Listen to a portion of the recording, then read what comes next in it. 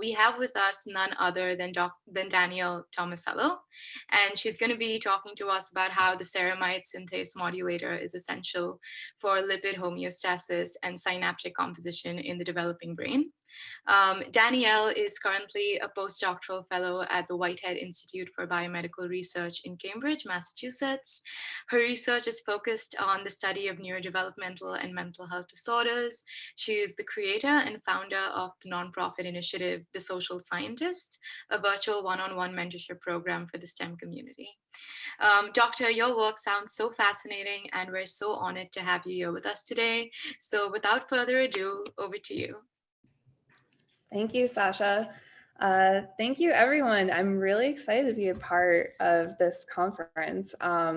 So as Sasha said, I started this organization called The Social Scientists, and that's how I met Pranjal. So shout out to Pranjal, and thank you so much for the invitation and the awesome work that's going on with Project Encephalon.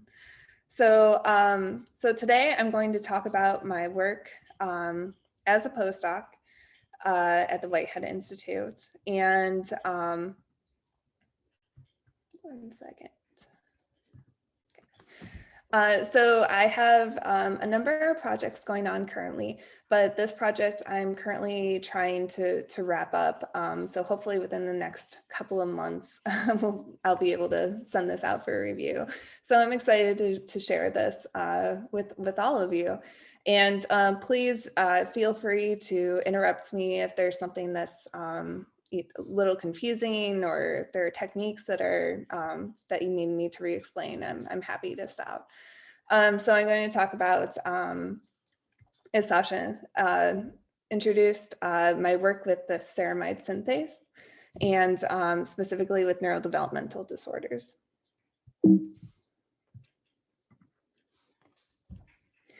So neurodevelopmental disorders have a number of genetic etiologies that are overlapping. And specifically, you can see in, I'm going to use my pointer. Specifically, you can see that a number of genes that are associated with autism spectrum disorders can also be associated with other disorders such as intellectual disability, epilepsy, schizophrenia.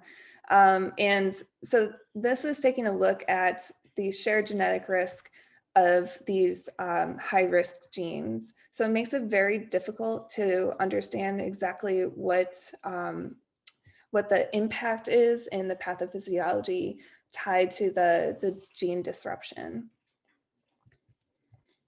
So on top of this, in addition to single gene mutations or deletions, or there's also what are called copy number variants.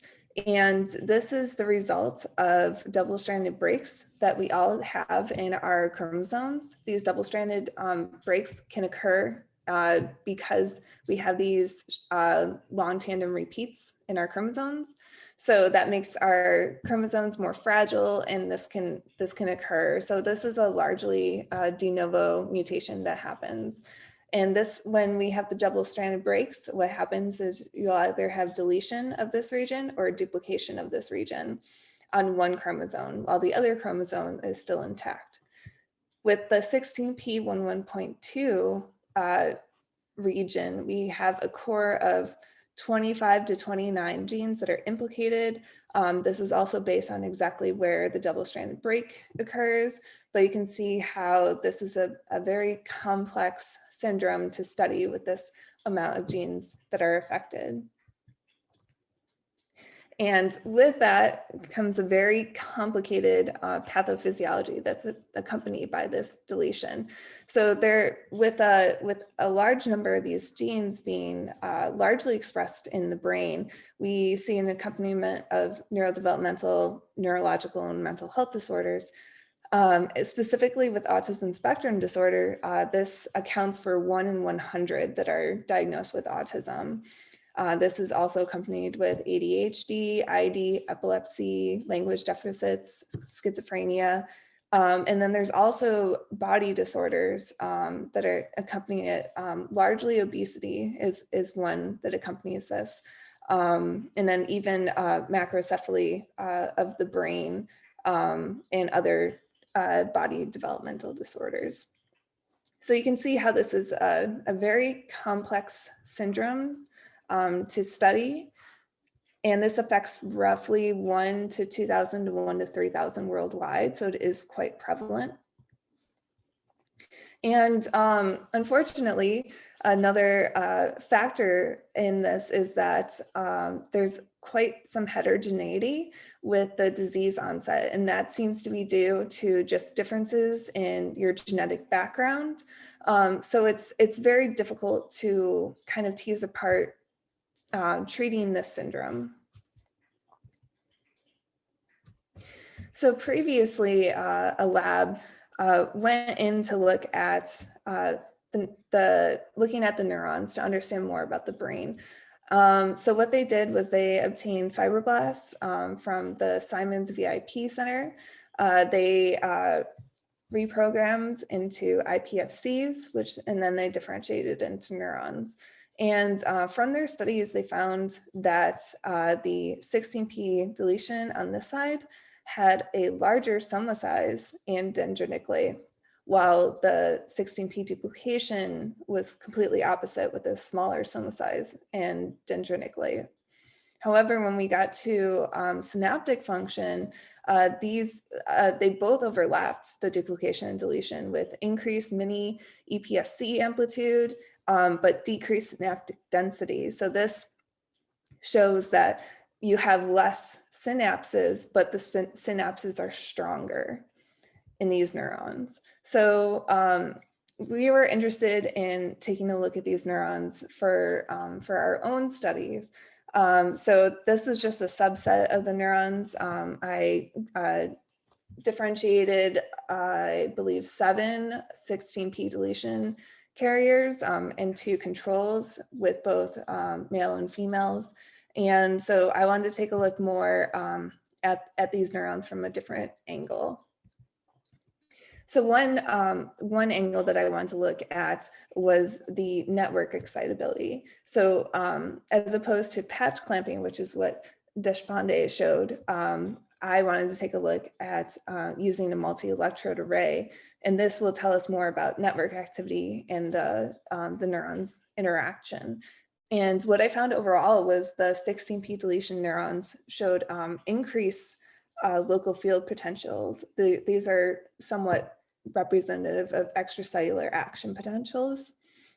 And this was found in all 3 conditions when recorded in media, when recorded in a physiological solution, and also a high potassium chloride solution, which will depolarize the membrane. So overall, you can see that there's an increase in the LFP frequency.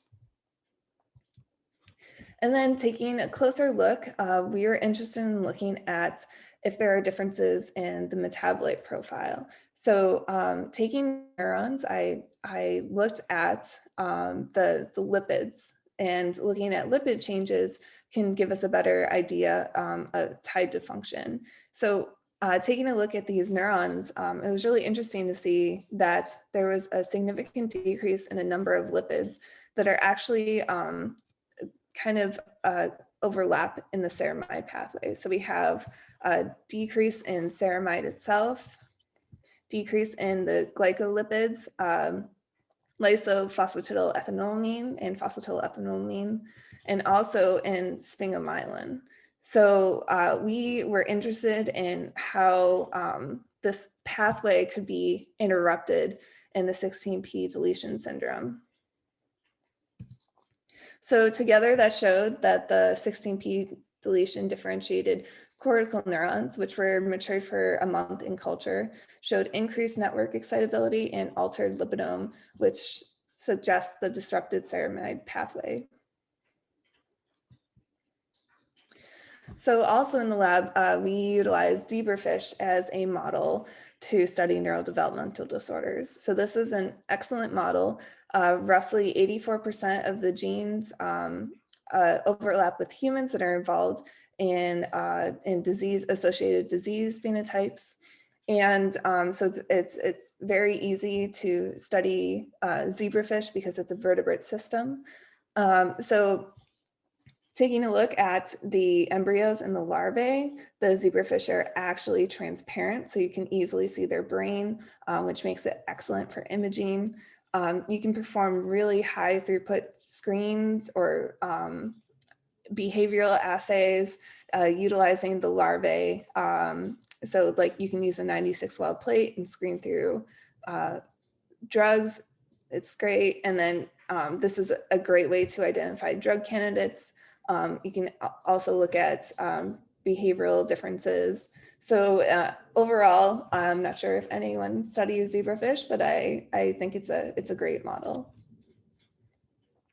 So previously in the lab, we had a postdoc that performed an antisense screen to look for the interaction of genes within the 16p deletions, within the 16p copy number variant. So here, she would delete half of one gene and half of another gene and look at if there is an interaction between the two genes, which was defined by brain and ventricle phenotypes in the zebrafish. And with this, this was an antisense pairwise loss of function screen. She identified this novel interactome that has not been identified previously, where we can see how a number of the genes interact with one another. And this indicated that FAM57B, a gene within this interval, was somewhat of a hub gene as it interacted with a number of genes in this interval. And FAM57B is predicted to be a ceramide synthase. There's one publication showing this, but overall the function of FAM57B is not known. And as I said, there's only one publication on it. So we wanted to understand more about what the function of this gene is. So first, we wanted to look at its enzymatic function. And going back into that paper from 2012, they looked at ceramide synthase activity. So we wanted to look at ceramide synthase activity also. However, we see that when we express FAM57B overexpress, we used HEKs, that there was no difference in ceramide synthase between just controls. However, when we add the addition of one of the 6 ceramide synthases, CERAS2, you can see that there's an additive effect where there's increased ceramide synthase in the addition of ceramide synthase 2.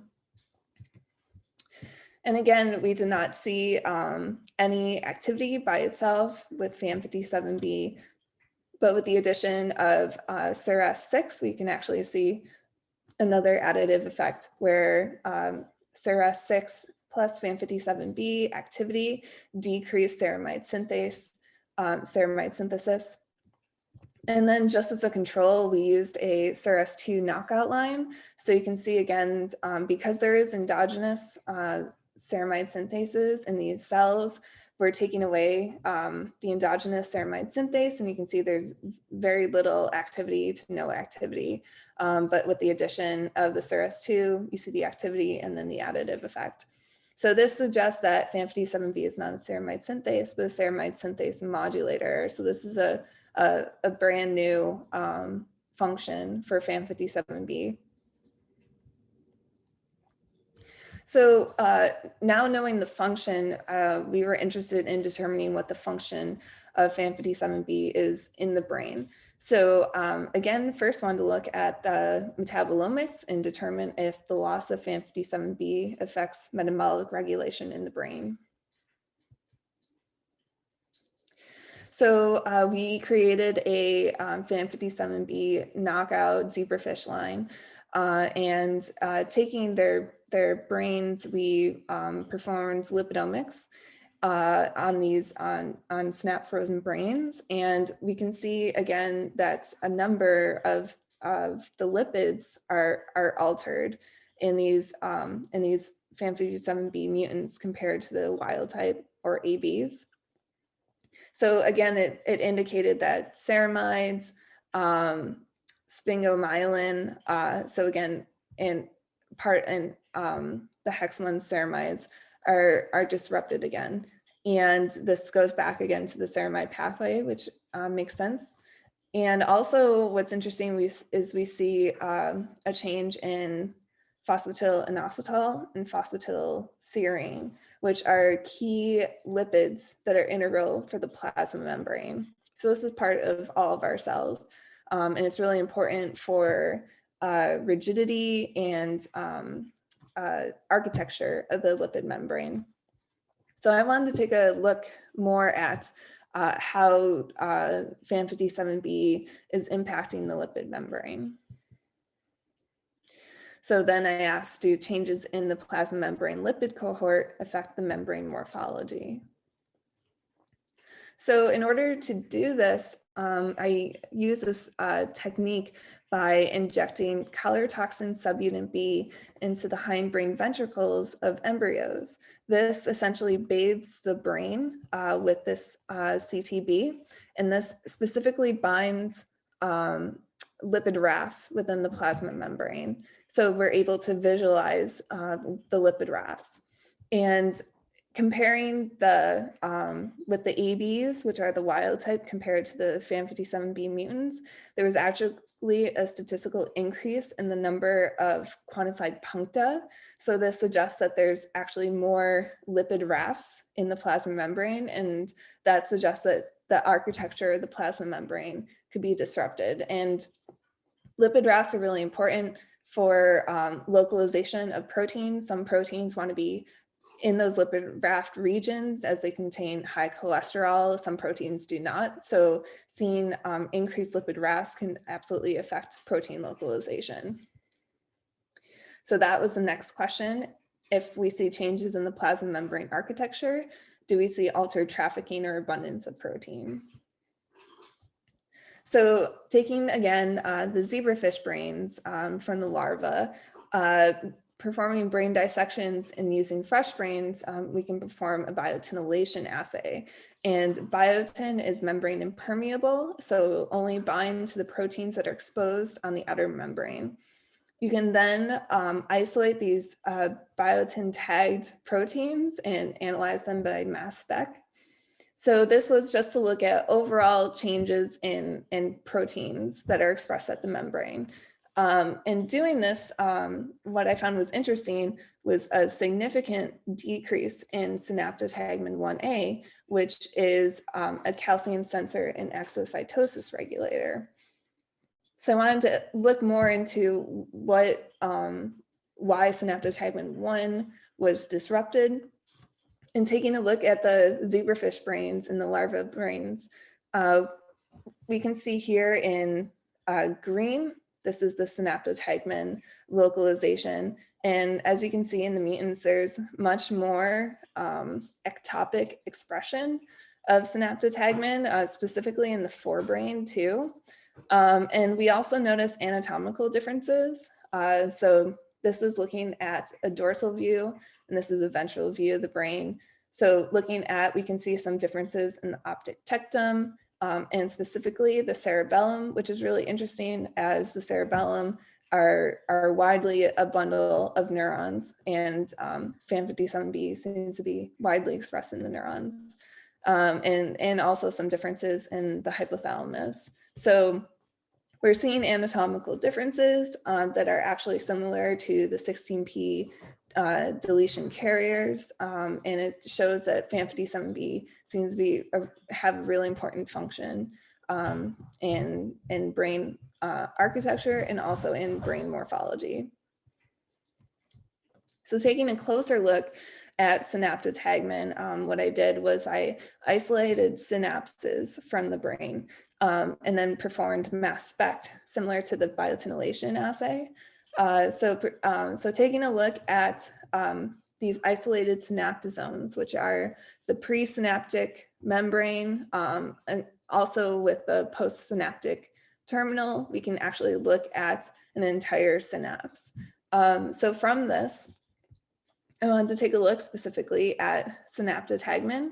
And from this analysis, we've identified a significant number of synaptic proteins that were dysregulated and widely decreased, including synaptotagin 2, like in this ANOVA analysis. But then just taking a look at the synaptotagmin family, specifically, we can see a significant decrease in synaptotagmin 1A and synaptotagmin 2A, which is what we've identified in the biotinylation assay. So this recapitulates the biotinylation assay and suggests that synaptotagmin 1A is significantly decreased. It's not being localized to the synapse. However, sorry, I don't have this on here, but however, there's no change in the overall amount of synaptotagmin 1A when you compare, just looking at protein, when you compare the wild type to the mutants. So for seeing these changes in the synapse, how does this impact electrical activity of the brain? So a recent publication that came out actually shows this technique. It was published in Zebrafish just a couple months ago. This is essentially, I created a technique to look at the electrophysiology of the zebrafish brain in a non-invasive way. And so what I did was I immersed larvae into these multi-electrode arrays, which you can see here in the picture. And when the agarose solidifies, you can actually take a look at their electrical activity by MEA. So with this design, I wanted to look at overall spontaneous activity in the brain. And what's also nice is you can look at the brain and the spinal cord simultaneously with this technique. So with taking a look at the brain, we can see that there is a significant decrease in the number of these local field potentials in the mutants. And when we took a look at burst activity, we actually could not detect any burst activity under physiological conditions. So we had to adjust the parameters a bit lower to see any burst activity. In this, again, we see very little burst activity in these mutants. We also identified a decrease in network activity of the bursts and also in burst frequency. And here's just a representative plot of a LFP waveform where you can see relative differences. So this overall shows that the FAM57B mutants have decreased spontaneous brain electrical activity. And finally, if we're having these changes in brain behavior, are we then seeing changes overall in behavior itself that can translate into behavioral deficits? So going back to showing how the zebrafish are a great tool to use in neuroscience, we can also do a number of behavioral analyses. So this is one behavioral analysis where we test within a 70-minute period movement of the zebrafish, and then at intervals of 10 minutes, we turn the lights off for 5 seconds, which will induce a startle response shown here. So we can actually look at movement and also movement to a non-invasive stimulus, which is the light source. And we can see overall that when stimulated, that the FAM57B mutants showed a significant decrease in the amount of movement compared to the wild types or the ABs. But it did not change with the overall spontaneous movement. In addition, we can look further at electrical activity by doing a seizure assay. So PTZ, or petroennotetrazole, is a GABA A antagonist, and with this, it actually acts quite quickly, and we can see an increase in epileptiform discharge and localization with the addition of PTZ. So with this, we can see a nice increase in movement with the addition of increasing dosage of PTZ in the wild type. However, when we take a look at the mutants, you can see an overall decrease in movement at 5 millimolar compared to the wild type. So we're seeing less movement again with the addition of stimulus. And then finally, to go back to a translational model where we were looking at the FAM57B mutants in zebrafish, we also wanted to look at this in a human cell lines. We used the SHSY5Y cells. We used CRISPR-Cas9 to induce a mutation to result in either a heterozygous or a homozygous loss of FAM57B. And what's interesting is that beta-actin, which is really important for axonal guidance and neurogenesis, was significantly decreased in both the heterozygotes and the knockouts. So you can see here that there's very little beta-actin staining in red here. So this was kind of an interesting find, looking further into how FAM57B can affect morphology. And isolating the synapses in these FAM57B mutants, we again see a significant decrease in synaptotagmin. Specifically, this is elongated synaptotagmin. It was found significantly decreased in both the FAM57B knockouts and the compared to the wild type and to the heterozygotes. So this brings us to a model for FAM57B function. So in the brain, it appears that FAM57B is really important for lipid membrane homeostasis, and that if you delete FAM57B, we're going to have an altered lipid membrane that can result in changes in protein localization. We see that the synapse itself is changed. We see a decrease in synaptic proteins at the synapse, and then this therefore affects brain activity. We see decreased brain activity and overall decreased behavior in response to a stimuli. So we want to highlight that FAM57B is a gene of interest when developing therapeutic targets for treatment of 16p deletion syndrome and other accompanying neurodevelopmental disorders. So we can never solve a copy number variant with studying with one gene. This is always a combinatorial response that we want to dig in further to see how we can dissect these regions and understand areas that we can target. And with that, I'll thank my mentors, Hazel Siv and Rudolph Yanish. Specifically, I want to thank Jasmine McCammon that did the previous interactome, our fish tech and lab manager, Olivier, and Maya with Rudolph for help with the stem cell work, which has been great. And then we have a collaboration to look at the FAM57B enzymatic activity with the Weizmann Institute. And then funding and support from the Simon Center for the Social Brain, which has been great. And with that, I'll take questions. Thank you so much for that, Doctor. I think that was incredible. That was so fascinating, and congratulations on everything that you've done. That was really great. And yeah, I'd encourage everyone in the audience to put in their questions into the chat so we can address all of them. We already have quite a few questions which we can begin with. So the first question is from Pranjal. He says, is there any contrast between zebrafish and the rodent models, considering that there is adult neurogenesis over the whole brain in the zebrafish from the 16p deletion syndrome point of view? Mm-hmm. So there currently have been 3 labs that have studied a syntenic region in the mouse for the 16p deletion region, where they deleted half of the copy of genes.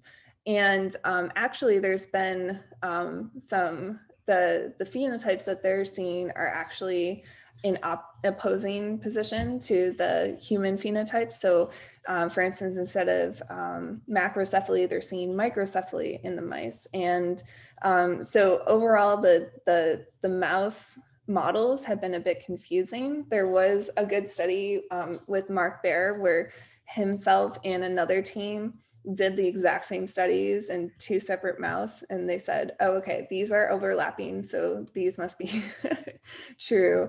So overall, the mouse studies have been quite confusing, which is why taking a look at the human stem cells is really important when considering studying this syndrome further. But yes, there have been studies where they look specifically at genes within the interval. There have been studies with, for instance, MVP and with KCTD13, there's been a lot of studies. So we have suggestions, but the mouse studies haven't quite helped to really understand the syndrome. Okay, that makes a lot of sense though. So thank you for making that distinction. And there's another question from Pranjal.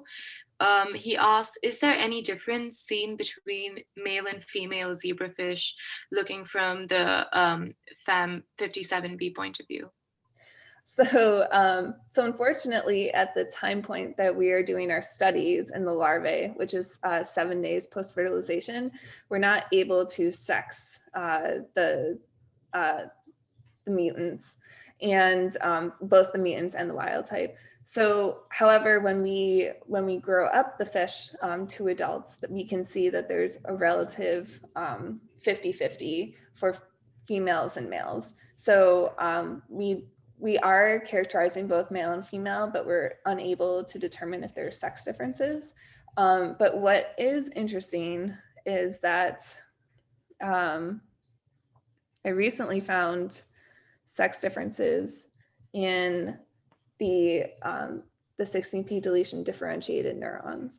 So taking a look at, I didn't want to get too involved in this, but taking a look at the electrophysiology, taking a look at the MEA, we can actually see a difference between the 16p deletion males compared to the females. So the females were a bit more excitable in the media and in the high potassium chloride solution. So this is really interesting. I kind of want to take a further look at potential sex differences.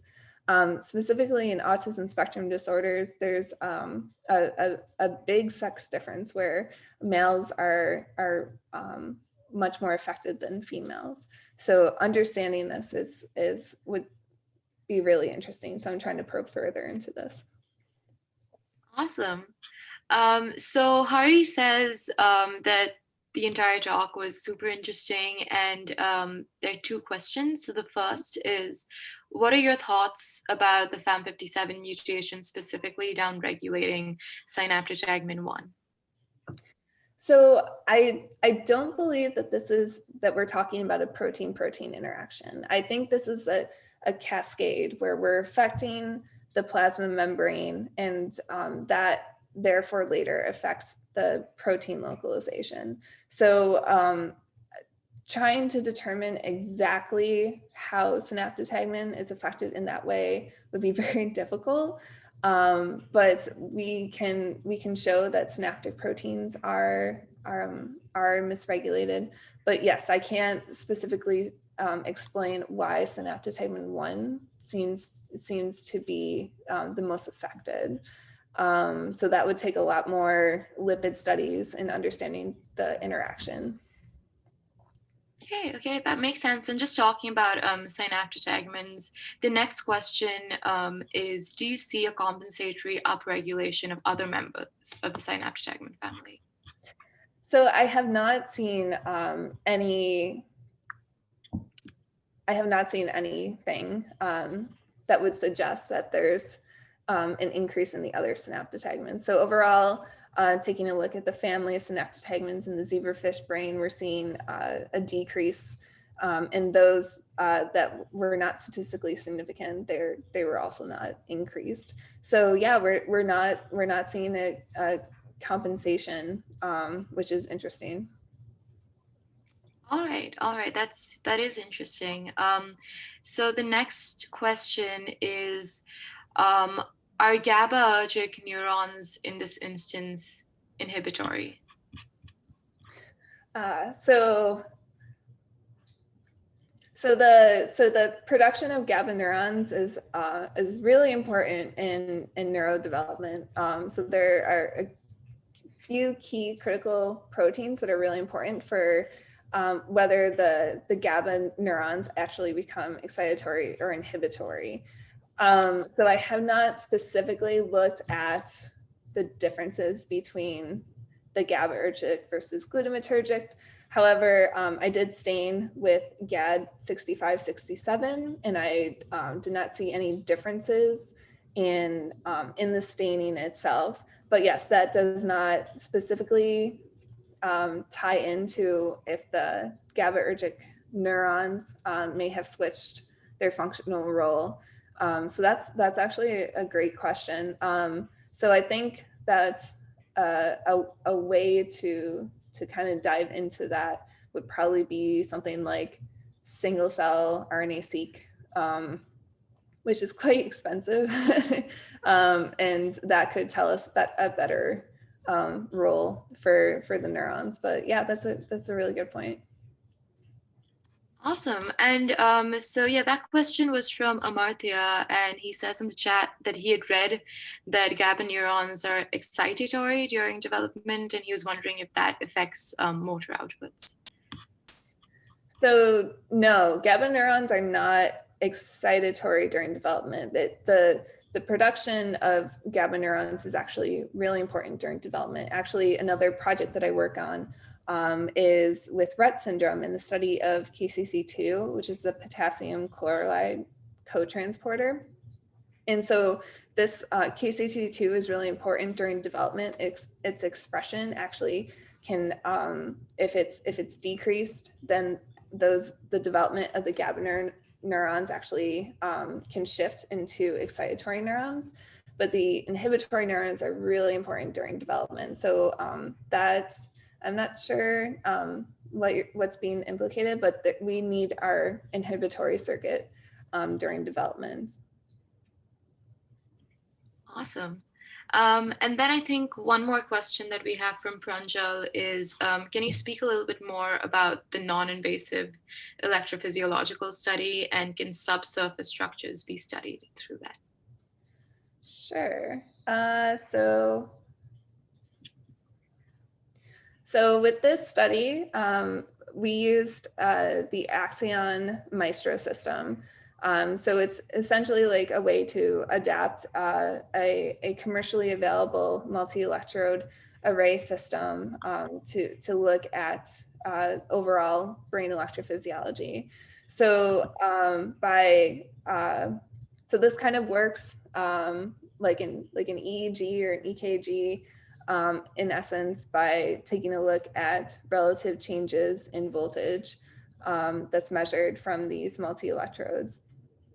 And so you can possibly look at different subsections if we wanted to look specifically at the forebrain, midbrain, and hindbrain.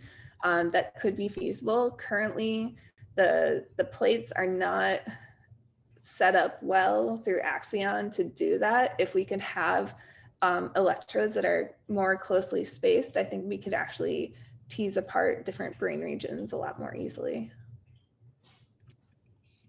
Right. Yeah, Pranjal says that's awesome. It's an EEG device, EEG-like device for zebrafish. Yeah. So yeah, I think we've covered all of the. Oh yeah, we have one more question.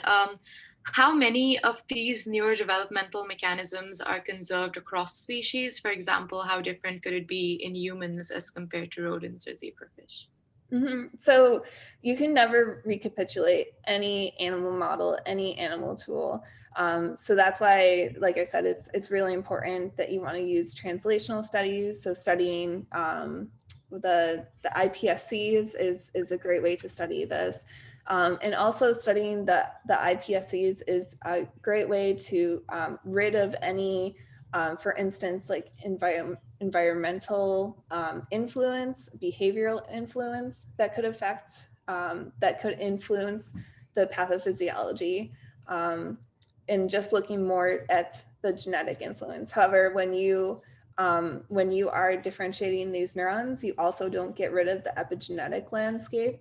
So that's also something you need to keep in mind, that previous genetic or behavioral influence will also influence the neurons. But you're essentially stripping away a number of, uh, you're taking away some of the influence on the disease itself, and just looking more at a genetic basis. So NIMH has really been pushing, in the United States, we have different NIHs, National Institutes of Health, and the National Institute of Mental Health has really been pushing that animal models are just tools, and that we need to recognize that recapitulating an animal model into human is not feasible, and that's how so many studies, that's how so many trials, phase 3 trials, get dismissed, because the translational difference between the rodents and the humans is so different. I have seen a significant increase in the number of primates that are being used by labs. I'm not a fan of it. I totally understand the use of the primates. So that seems to have an increase compared to using rodent models. I'm still a fan of the zebrafish, just because they're so easy to use. I can get hundreds of embryos.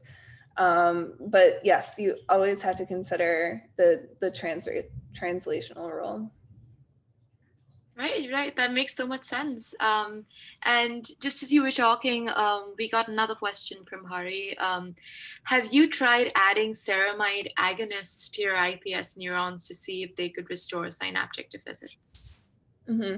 I have not gotten to that point, but what I attempted to do is I actually tried to feed ceramides to the FAM57B mutant fish.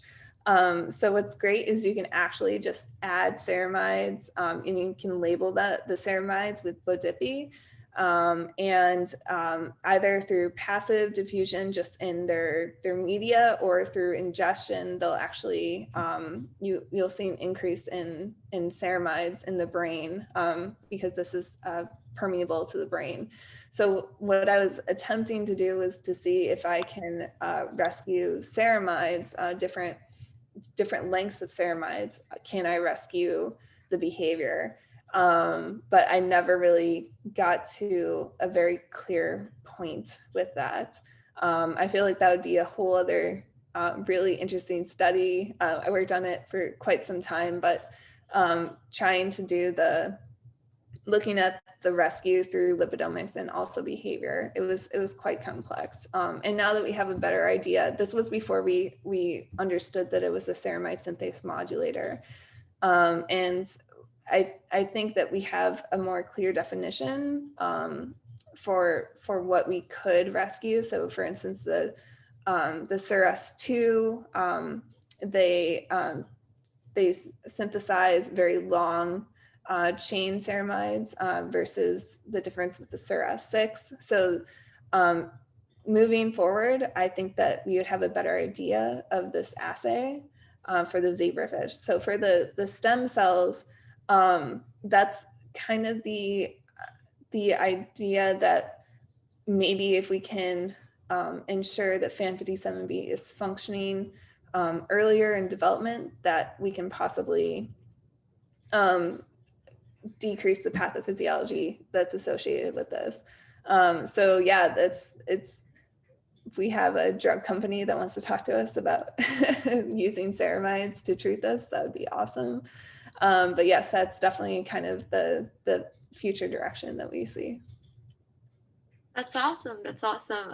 Thank you. So I think we've managed to answer all of the questions relating to the talk. But I do see a lot of questions coming in about your initiative, The Social Scientist.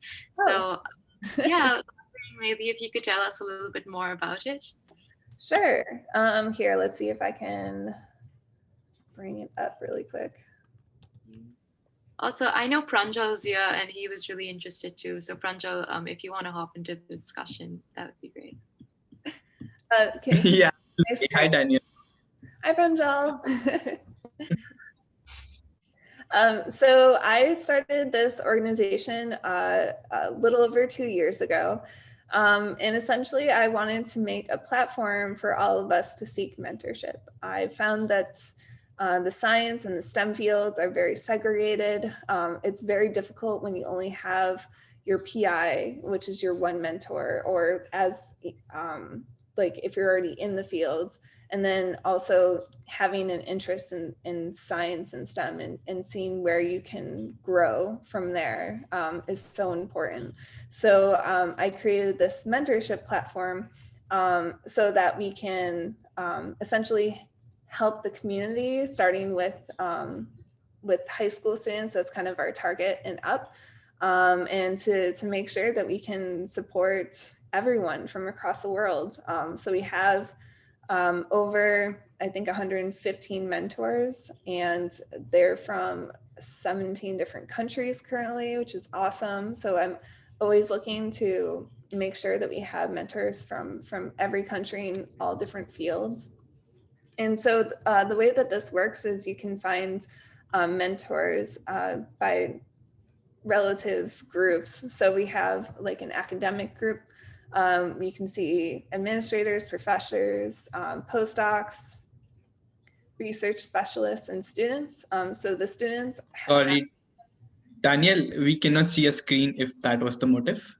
okay, hang on. Let me try again.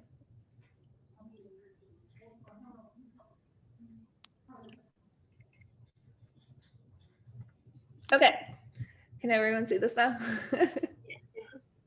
Okay, sorry. Here's the website. It's thesocialscientist.org.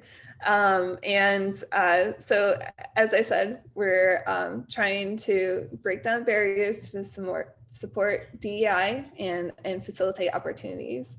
So the way this works is you can go to the Meet the Mentors and click on a different section. So for instance, we can go to engineering, or sorry, industry. And we can take a look at mentors in industry, and it's really interesting to kind of see their careers going from high school all the way to where they are today. Yep, we're here to provide support for your studies, provide advice for your careers, and it's supposed to be an easy platform to talk to one another. So it's a safe space to talk about anything that you're going through. We've had a number of people talk about, like they have abuse from their PIs, and a lot of us can relate. So feel free to talk about anything that you would like to seek guidance through. That's so awesome, and I mean, there's such a pressing need for a platform like this. I myself, I just got done with high school. I'll be going to college next fall, and I mean, while I know that I plan on like concentrating in neuroscience and everything, I feel like there is still such a pressing need to have a mentor, and yeah, I think this is such an incredible initiative. And Amartya had a really interesting question, just sort of to do with this, which is, what do you feel are the qualities of a good mentor, and how can somebody evolve into a good mentor? Mm-hmm. So on the platform itself, we do have somewhat of a vetting process that for those that are interested in joining, they fill out this form, and I have 3 questions on there to essentially see their motivation and if they would fit well with being a mentor. So first off is that all of our mentors are dedicated to mentorship. They will respond to your requests. It's you're not just making a random email and hoping that they'll respond. So everyone here is really enthusiastic about mentorship, which is really important. But not everyone is meant to be a mentor. There are plenty of scientists that are great scientists that are terrible mentors, and that's just how it is. So I think that it's really important to have many people to talk to throughout your career. Getting a lot of different perspectives is really important. Getting different perspectives, even from different fields, is really important. So, so like Sasha, as you're saying, you're interested in neuroscience. It's good to talk to the neuroscientists, and it's also good to talk outside of neuroscience to see what your interests are. So I would say that find people that are willing to put in the time to speak with you. And I have talked to mentors, and they're like, oh, well, I'm nervous that if I talk about, if I give them advice and it's not something they want to do, you know, what does that mean? And we're all shaped by our past. We have all gone through different aspects and different tracks to get to where we are today. So learning of, you know, how one person got to one position, another person got to the same position, it's always going to be different. So just speaking on your experience is really important. And that's also why having multiple mentors is good for seeking advice. Yeah, I think that makes so much sense. Thank you so much for just creating a platform like this. Pranjal, I mean, I know you're directly involved with this, so is there anything you want to add? Yes, so when I was first browsing the website, I saw this mentor page and how to be a mentor. Definitely, I didn't want to be a mentor. I just wanted to see how the process is. So there's a very line, you are asking for a photograph and you are saying you want a casual photograph, not a formal one, because you want that sort of connection. So that just gives me goosebumps. Like, yeah, I want to use this website, and I'm definitely sure that I will actually have great benefit, and which I actually did get. So it was very amazing thing for me to do. And I would definitely like to be a mentor someday after my bachelor's degree is over. And I would like to give what Daniel gave to me, and we can help others as well. So it was very nice experience, and it will be, I hope, with the social scientists. Yeah. Yeah, and I love having you be a part of it. And I saw that Adriana was also a part of the Neuro November. So, so yeah, we try to make it more of an easy environment that you can reach out and speak to everyone. So please, everyone, feel free to take a look at the site and contact whomever you would like to speak with. And also, I'll put my email in the chat if you'd like to follow up with anything. If you want to talk about mentorship, if you want to talk about MIT and Whitehead, if you want to talk about my work, I'm happy to talk about anything. Yeah, thank you so much. I think that was such a great presentation, such a great talk. And even with the social scientist, I think that's an initiative that's going to be super, super helpful to a lot of our audience here today.